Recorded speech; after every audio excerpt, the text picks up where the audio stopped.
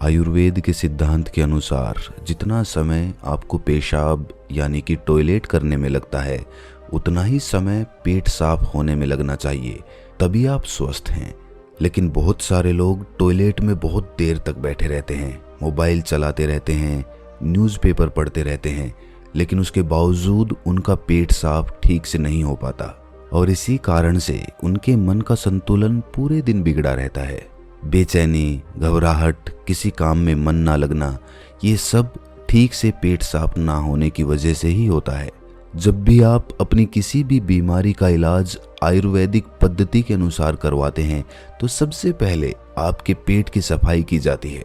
ये अपने आप में पूरा इलाज नहीं है, लेकिन ये शरीर के सुधार के लिए बुनियादी वातावरण पैदा करता है।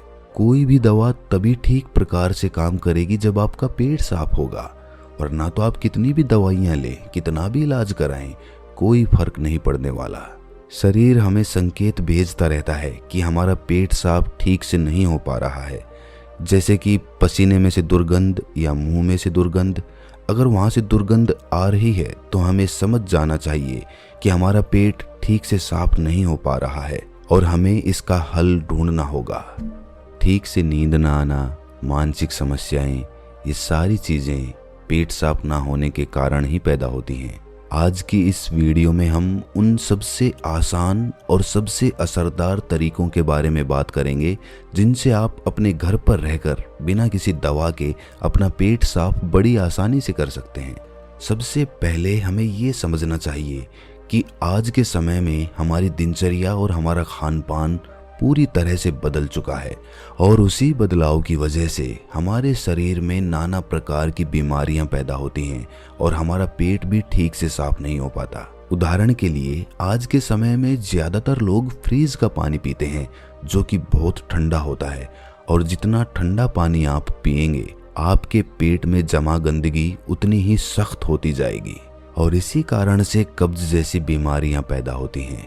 अगर पानी को गर्म करके गुनगुना करके पिया जाए तो पेट की गंदगी बड़ी आसानी से बाहर आ पाएगी। सुबह उठते ही 2 गिलास गुनगुना पानी करके आराम से घूंट घूंट करके पिएं। कुछ लोगों को लग रहा होगा कि घूंट घूंट पानी करके पीने में बहुत समय लगेगा, लेकिन अगर यहाँ पर समय नहीं लगाएंगे तो टॉयलेट में समय लगेगा। ये सबसे आसान और घरेलू नुस्खा है जो सब लोग अपना सकते हैं, बस संयम और नियम की जरूरत होती है।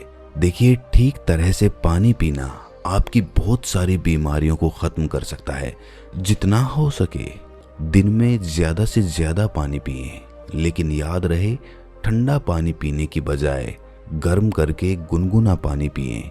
आजकल बाजार में ऐसी बोतलें भी आती हैं कि जिनमें आप जैसा पानी डालेंगे पानी वैसा ही रहेगा, तो आप ऐसी बोतल ले सकते हैं और पानी गर्म करके गुनगुना करके उस बोतल में डाल सकते हैं और जब भी आपको ज़रूरत महसूस हो आप दिन में उस पानी को पी सकते हैं। लेकिन पानी के संबंध में एक बात ज़रूर याद रखना कि खाना खाते ही पानी नहीं पीना है, इससे आपकी पाचन क्रिया बाधित होती है। हमारे पेट में जठराग्नि जो होती है वो खाने को पचाने का काम करती है, और जब हम खाना खाने के बाद झट से पानी पी लेते हैं तो वो जठराग्नि शांत हो जाती है और हमारा खाना ठीक से पच नहीं पाता।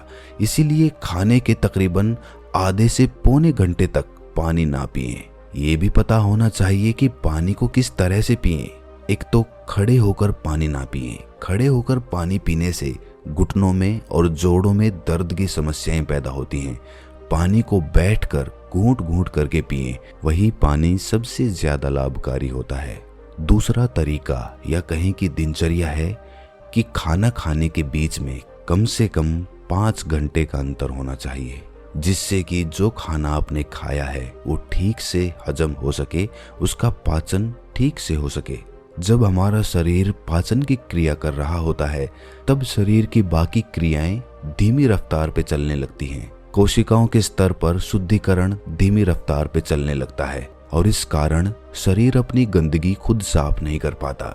लेकिन अगर आप खाने के बीच में कम से कम 5 घंटे का अंतराल देते हैं तो इससे आपके शरीर को पर्याप्त समय मिलता है कि उसकी कोशिकाएं खुद अपनी गंदगी, अपने शरीर की गंदगी साफ कर सकें।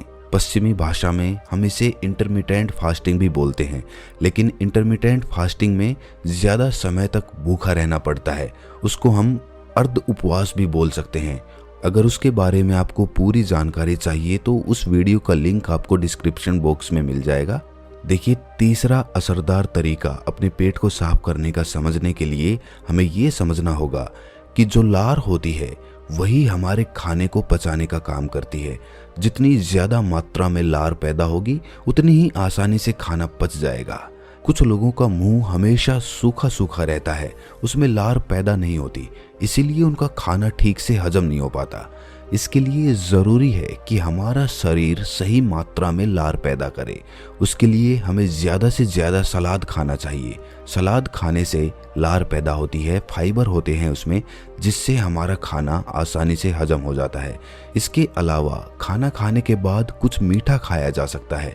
जिन लोगों को शुगर या डायबिटीज़ नहीं है वे आसानी से मीठा खा सकते हैं और वो मीठा खाने के कारण उनके शरीर में लार पैदा होने लगती है, जिससे कि पाचन क्रिया आसान हो जाती है। अगर आप सलाद को खाना खाने से पहले खाते हैं तो वो ज़्यादा लाभकारी होता है। उससे आपकी भूख बढ़ती है और आपके शरीर में लार पैदा होनी शुरू हो जाती है। चौथा तरीका है अपनी आहार नली को साफ रखना। उसको हम कैसे साफ रख सकते हैं? देखिए, आहार नली में से ही खाना हमारे पेट में जाता है। अगर आहार नली ठीक से साफ नहीं होगी तो हमारे खाने के साथ ऐसे कीटाणु हमारे पेट में पहुंचेंगे जो हमारे शरीर को नाना प्रकार से नुकसान पहुंचाएंगे। इसीलिए ज़रूरी हो जाता है कि जो आहार नली है उसमें जो कीटाणु हैं उनकी ठीक से सफाई हो जाए। और इसके लिए सबसे ज़्यादा लाभकारी होता है नीम, एक ऐसा दिव्य पेड़।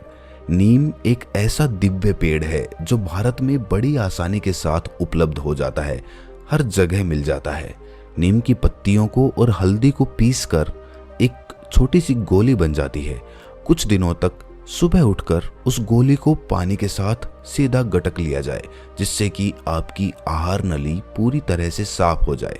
हमेशा नहीं करना है, ये सिर्फ 7 दिनों तक करें। 7 दिनों में आपकी आहार नली पूरी तरह से साफ हो जाएगी। हर 3 महीने में इसको दोहराते रहें, जिससे कि आपकी आहार नली समय समय पर साफ होती रहे और आपके पेट में ऐसे कीटाणु कभी ना पहुंच पाएं जो आपकी पाचन क्रिया को बाधित करते हैं। अगला तरीका उन लोगों के लिए है जिन्हें ज्यादातर समय कब्ज की समस्या रहती है। जिन लोगों को लंबे समय से कब्ज की समस्या है वो अरंडी के तेल का इस्तेमाल करें। रात में सोने से पहले 1 ग्लास दूध के अंदर आधा चम्मच गुनगुना अरंडी का तेल मिलाकर पिएं। 1 हफ्ता पीने के बाद पुरानी से पुरानी कब्ज भी ठीक हो जाती है। ये अरंडी का तेल दूध में गुनगुना करके ही मिलाएं और सिर्फ आधा चम्मच मिलानी है। सोने से पहले पीना है। इससे क्या होगा, आपकी आंतों के पास एक चिकनाई की परत बन जाएगी, एक कवच बन जाएगा, जिस कारण से आपकी आंतों में खाना नहीं चिपकेगा। और खाना अगर आंत में नहीं चिपकेगा तो कब्ज की समस्या कभी नहीं होगी। देसी अरंडी का तेल लें। पैकिंग में जो तेल आता है जो अंग्रेजी होता है वो उतना लाभकारी नहीं होता है। किसी भी पंसारी से खुले पीपे में से तेल लें। एक तो वो सस्ता भी होगा और दूसरा वो लाभकारी भी ज्यादा होगा। इसके अलावा सोने से पहले त्रिफला का भी सेवन किया जा सकता है। रीठा, बहेड़ा और आंवला, ये 3 ऐसे जादुई फल हैं जिनसे मिलकर त्रिफला बनता है। इन तीनों की अलग अलग खूबियां हैं, लेकिन अगर ये तीनों एक साथ मिला दिए जाएं तो इनकी दिव्यता, इनके गुण और भी ज्यादा बढ़ जाते हैं। रात को सोने से पहले गुनगुने पानी के साथ आधा चम्मच त्रिफला का सेवन किया जाए। शरीर की सारी गंदगी बड़ी आसानी से साफ हो जाएगी। कोई प्रयास नहीं करना पड़ेगा, कोई जोर जबरदस्ती करने की आवश्यकता ही नहीं रहेगी। तो ये कुछ आसान से घरेलू उपाय थे जिनको अपनाकर कोई भी अपने शरीर को स्वस्थ रख सकता है, अपने पेट की ठीक से सफाई कर सकता है। कोई दवाइयाँ लेने की ज़रूरत नहीं है, किसी डॉक्टर के पास जाने की कोई आवश्यकता नहीं है। ऐसी वीडियो बनाने का सिर्फ एकमात्र मकसद है कि इंसान अपना इलाज खुद करना सीखे। पश्चिमी दवाएं, अंग्रेजी दवाएं एक तो काम बहुत कम करती हैं और काम कर भी जाती हैं तो वो शरीर में दूसरे नुकसान पहुंचाती हैं जिनका हमें पता ही नहीं होता।